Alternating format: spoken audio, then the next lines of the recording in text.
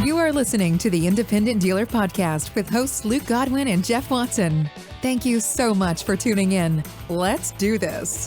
Hey, everybody. Welcome to this episode of the Independent Dealer Podcast.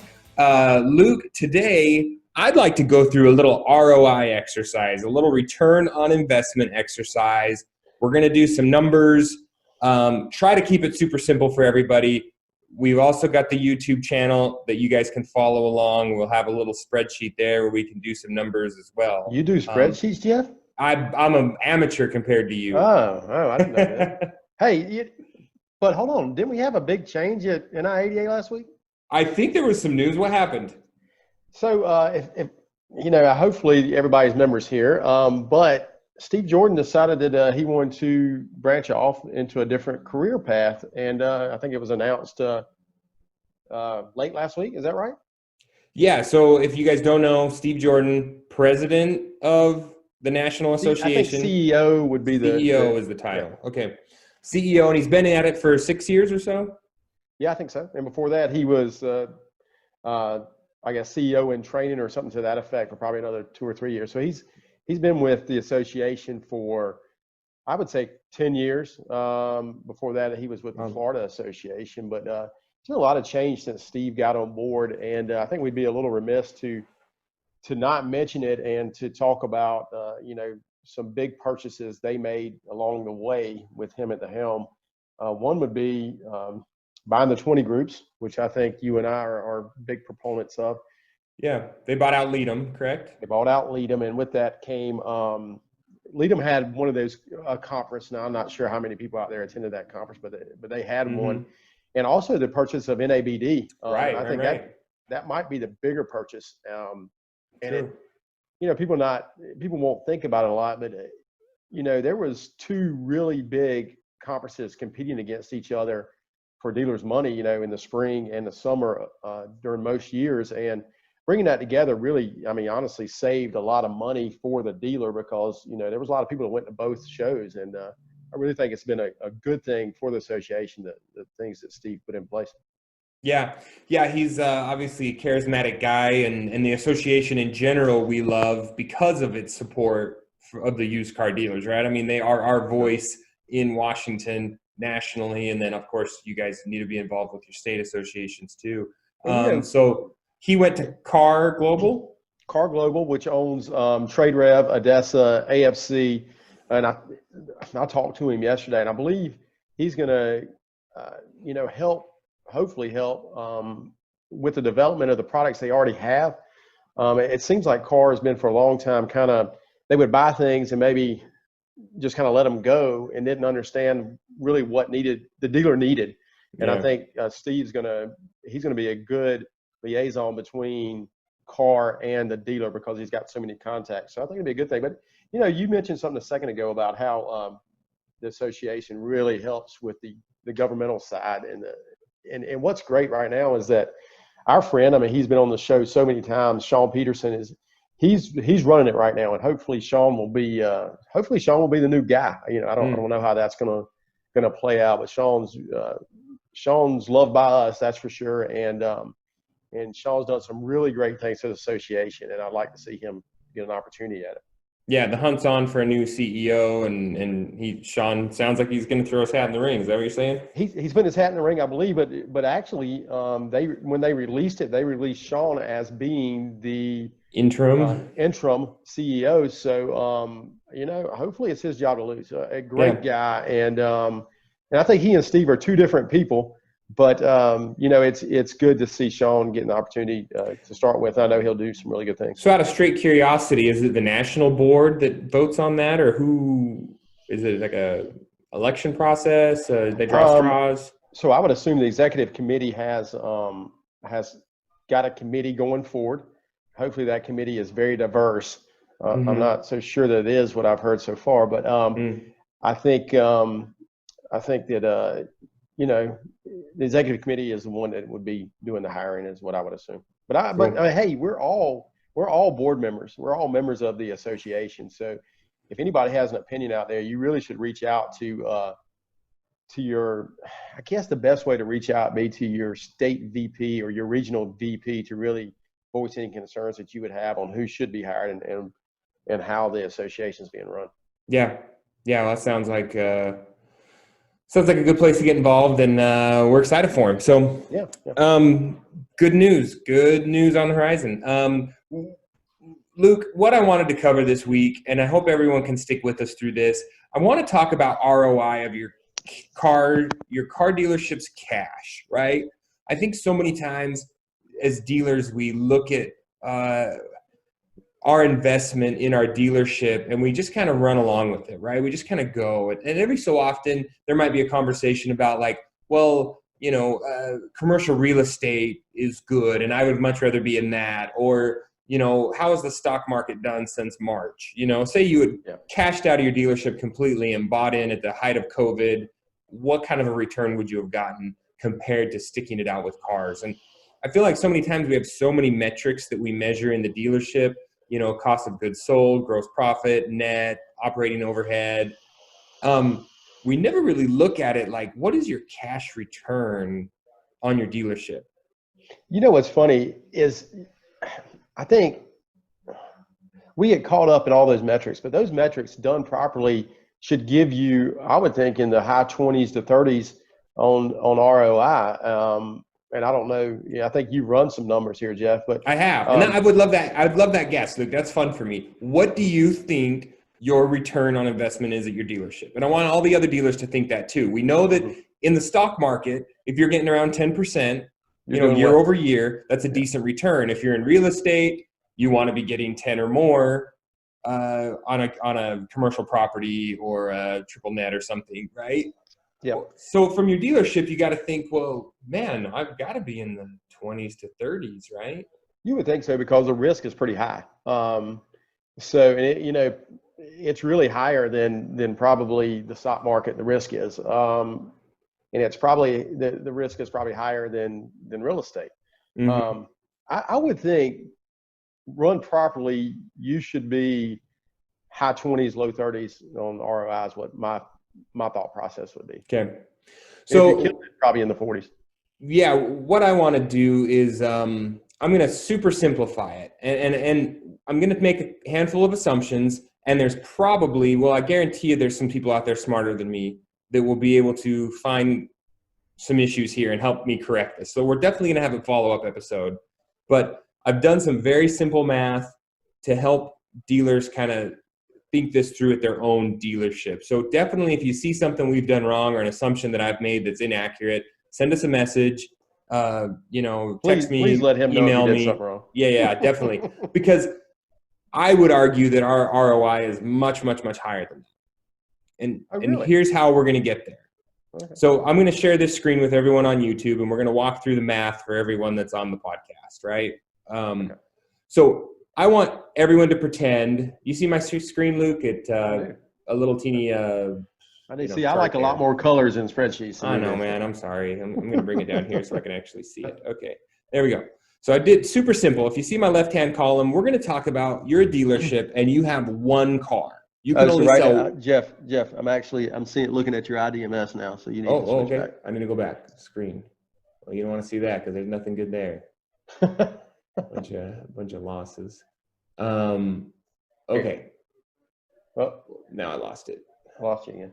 Okay. So what I'm going to do is show you guys that if you are a single car dealership, you're running just a single operation, right?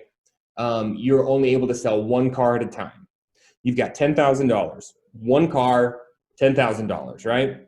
You go buy that vehicle. It's frontline ready. It's 100% clean. You have it shipped to your lot. All in, you're into this thing $10,000. Now you sell it. You have tax, title, license, registration. And for simplicity purposes, Luke, we're going to say that is covered by your cash down. So I don't know what your tax, title, license, registration is. It doesn't matter. Your cash down is going to cover any additional costs. So now you are still into that car, $10,000 cost of goods. What would you say? I mean, gross profit on that thing, I think benchmark is about 30%, Luke. Yeah, that's pretty close. We're talking to finance. Are we talking about buy here, pay here deal? Or we talking? Not at all. We're not talking buy here, pay. I'm going to take buy here, pay here completely out of this because I feel like that skews It's a Excuse unique numbers, model. right. Yeah. We're just going to talk about flipping a car over and over and over.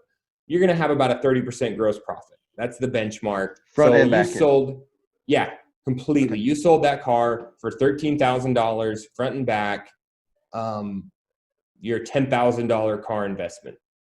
Now, obviously, you're going to have some fixed and variable costs. That's, keeping your lights on, your insurance, your overhead, any, that person you had out there spinning the sign, which I think the benchmark for that is around $1,200 a car. Luke, that might be a little low, I think, for some of us. I think so, yeah. We're right around $1,200 a car. Okay. So we're going to say our net profit is about $1,800. Okay. Which is about where benchmark is, 18%, right? Yeah. That's about the net profit per car sold. Mm-hmm. Now, here's the kicker. That's one flip, right? I had the $10,000. I flipped it once. I had an 18% return on my money. Now, I'm going to do that multiple times in a year. Well, you hope you are. Yeah.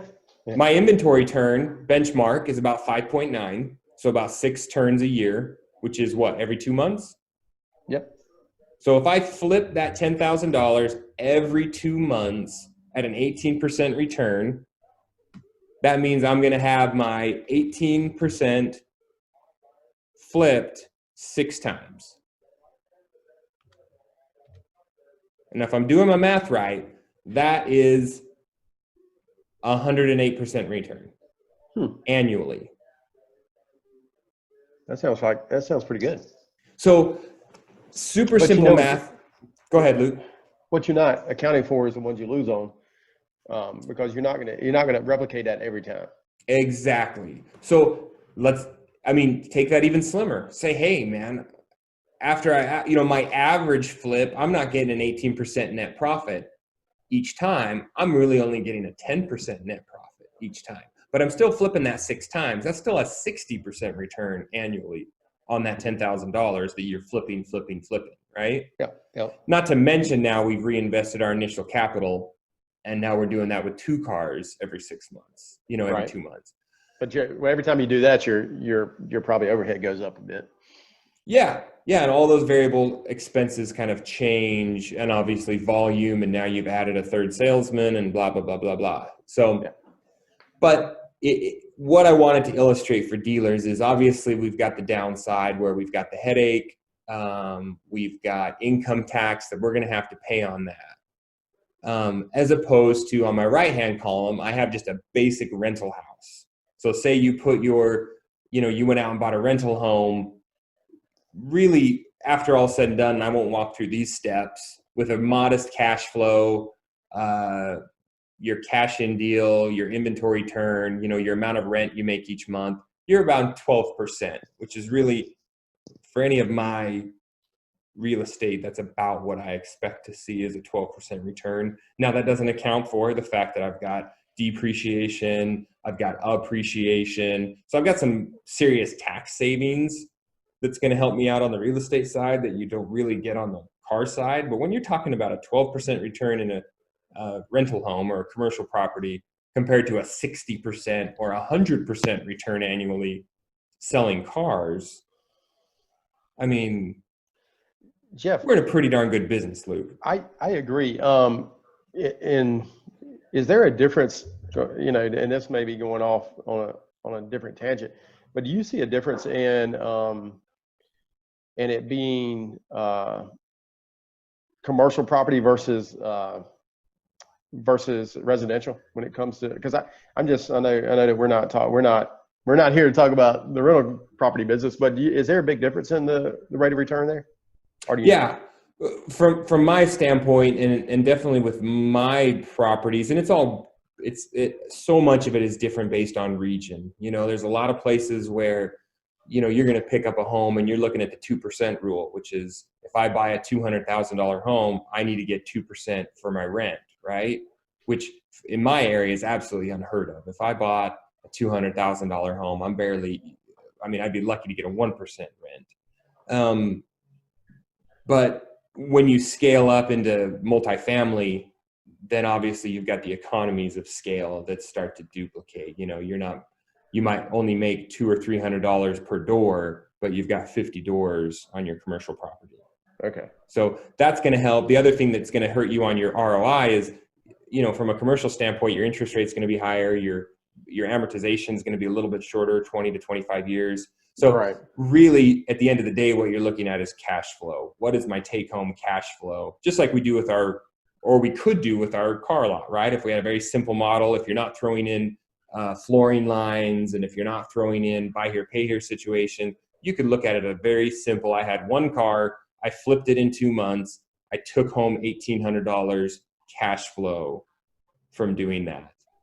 What's funny is I think that's how people get sucked into the car business. They it's a hobby to them, and on the side they're maybe buying 5 or 6 cars a year and curb stoning them or flipping them, and they next thing you know, they took that $3,000 they first invested it, and then they have $20,000, and then they decide to get in the car business, and it all goes downhill from there, right? Yep. Yeah. Isn't that so funny? I do think that a lot of us turn hobbies into headaches, and you come into this because you enjoy cars or you enjoy people, and then you wake up one day and you realize you've got this big old mess on your hands because maybe you're not an operator. Maybe you're not a business owner. Maybe you never intended to get to 30 or 50 cars a month.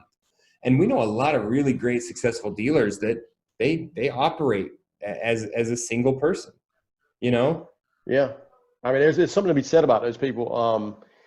It's easy. It's simple. Now, what happens a lot of times is you start there and you want to grow and you get bigger, and then you end up not making as much money, right? Mm-hmm. You made more money as one person. So that return is interesting. That ROI is interesting. I'd be willing to bet you the more times you do that, it looks like you would have a bigger number, but I'd be willing to bet you it shrinks as you grow. The ROI does. Yeah, it'd be really interesting to see where that economy of scale is if you ran this out on a long-term, model. Mm-hmm. And I think we know that it's very easy for us to do. And I think I even plugged mine in for a minute and kind of looked at those based on my year to date. And yeah, I was not anywhere near 100, and I think I was more in the 60 to 70% ROI when I took my 12 months of gross income, net income, operating overhead, and then compared that to my cost of goods, which now it's completely separate when you throw in something like a flooring line, because you're not actually looking at a cash on cash return. Not a lot of dealers actually put cash into their flooring line. They're leveraging their flooring lines to make money, and they're just paying that as an expense, And that's interesting, because at that point you didn't leverage your cash, and I wonder how you figure an ROI on that if you're actually not putting in the cash. Well, you would look at it, I would think, just the exact same as a real estate deal. I can put in $50,000 and buy a $200,000 property, right? Yeah, I'm not putting up $200,000 to buy that property, but I get all the benefit, and I just pay my banker a little percentage, a 5 or 6% interest rate on that $200,000 that I borrowed from him by only putting up $50,000. And I've never used a flooring line, so I don't know, but I think that's a similar situation with flooring line, right? You're basically using the bank to leverage your inventory to make money. Now, if you're talking about your cash on cash return, you're much, much higher. Right. Flooring lines get a lot of bad rap though. They do. I mean, they're expensive. I mean, it's, what happens, and we won't go really off topic, but we will just for a second. But what happens is you see, oh, well, they're charging me 7% or 8% or whatever it is. Well, the next thing you don't put in all the other little fees. Every time you purchase a car, it's $75. Every time they send you a title, it's $25. Every time they have to come and do an audit at your lot, or you have to send in audit payments, it's $95. Then you didn't sell that car, so then you got to redo it, and all these little fees, you just get feed to death, and it goes from being 7 or 8% to being 12 and 15%, and that's where people get in trouble. And it's best. And it's a cash flow, right? What happens when they hit you with curtailments, and now all of a sudden it's a cash flow hurt, because you've got to pay those things down out of your cash on hand. Yeah, I'd never had a floor plan, and then several years ago, we were sitting in a 20 group meeting, and everybody in there had a floor plan. I said, well, we're trying to retail some more cars. I'll try it out. I got one from an AFC, and we used it for about 2 or 3 years. And I would run it up at the end of the year because I was buying cars for tax season. And that's really the only time I used it. And I look back at how much it was costing me. And it blew my mind. I mean, and I looked at how much better or worse we were doing because of it. It didn't affect our business one bit. And so I cut it off. I said, this time last year, or actually a year and a half ago, I just said, I'm done. And it saved me a lot of money. So, people need to take all those things into account because I'm not saying you don't need a floor company because there's a good use for them, but make sure you're looking at all the fees when you're in it. Yeah. And to that point, Luke, there's been so much talk, I think, about dealers looking to take on debt to grow. Obviously there's strategic, plans for that, but I think with this exercise, it shows the car business is good. Slow growth is okay. Slow and steady. There's no reason to get crazy and burden yourself with flooring lines and lines of credit and things like that. When if you just stay the course, making 60 to 100% ROI each year, it's not going to take you long to where you've got your whole flooring line, all your inventory is paid for with cash. You're able to double down, reinvest that into your buy here, pay here portfolio if that's what you're doing, things like that. So that's what I love about this exercise. And it really helps me just to come back home and say, hey, man, yeah, I could suck some cash out of the dealership to go chase that rental property or that commercial investment. But yeah, is that really the best use of my cash right now where I'm young, I'm energetic, I'm not looking to set sail anytime soon? Man, keep it in the dealership, take a little bit less on your salary. That's another huge argument. Man, if I paid myself a little bit less each month and I was able to reinvest that in the dealership and inventory and not have that flooring line and I flipped that every 2 months, yeah, I'm going to be able to pay myself double at the end of the year or at the end of 10 years. Yep. And that's, if we really want to talk about something that has good ROI, let's talk about our friends at Dealer Re, Jeff, because reinsurance is really good ROI, man. Well, what's the beauty of that? And if people don't know, of course, Dealer Re sponsors us. Go back to episode 19, listen to Tim. It's a great product. But the beauty of that is we've got 100% ROI in this business. Guess what, though? You're in a 30% freaking tax bracket, man. That sucks. So you may have made really great money, and we're showing that you've got a $10,000 gross profit at the end, or net profit at the end of the year on your $10,000 investment. But when you got to pay 30 grand of that to taxes, that hurts. So when you've got a reinsurance company, you're able to legally take a line item expense for your warranty products, right, Luke? Your service contracts, your GAP, your CPI, if you're selling it. Those types of products are line item expenses. They come out of your right pocket. They go into your left pocket, tax deferred. Yep. And the other thing there is if you're selling service contracts and things like that, and you're letting another company make that money, this is a way for you to make that money. And that's, again, when you can keep the money to yourself, there's a lot of more money to be made. Just that ROI that we were just talking about, it goes up dramatically. So I think this is just a way for you to bring so many things into your dealership that will create wealth. It creates a tax haven, and it also creates a way to treat your customers like you want them to be treated. Because when you sell a third party warranty, guess what? Yeah, they deny these things all the time. I've got a service department, and we won't even deal with third party warranties because they're so bad. They're in the business to make money. They're in the business to make money. So why not make it your money? It absolutely blows my mind that I never really sold third party warranty companies, but a few for the last 15 years. But when I see dealers that are like, who's the best warranty company, blah, blah, blah, I'm like, are you crazy?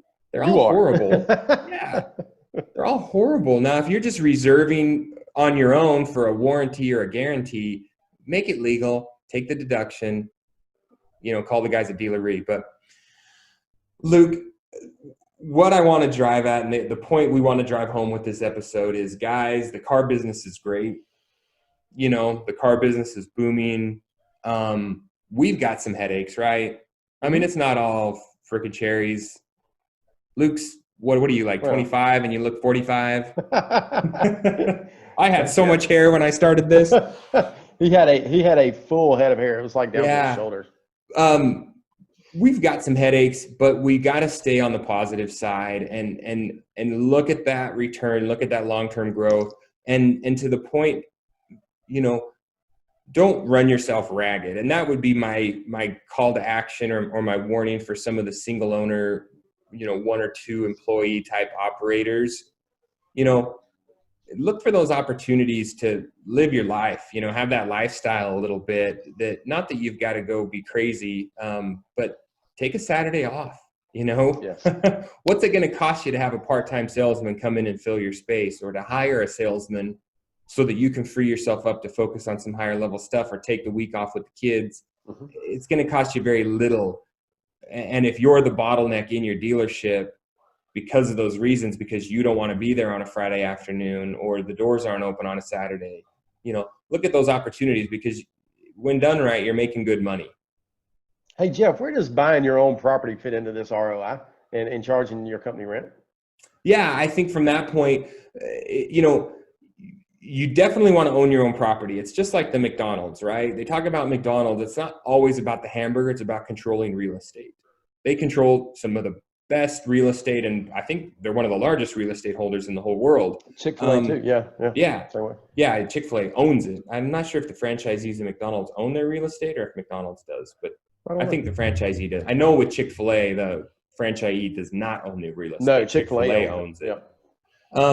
But anyways, yeah, if you're paying rent and you're throwing that money away, that sucks. This is a great opportunity to get in. Now, what you're going to do is you're just going to, and again, I'm not a tax accountant, but you're taking money out of your right pocket, you're putting it in your left pocket, right, Luke? Yep. So when your dealership pays you, Luke, the landlord, you're basically deducting it on your dealership side as rent, but you're having to report it as income on your property side, which is okay, because you're able to take the depreciation of that property against that income.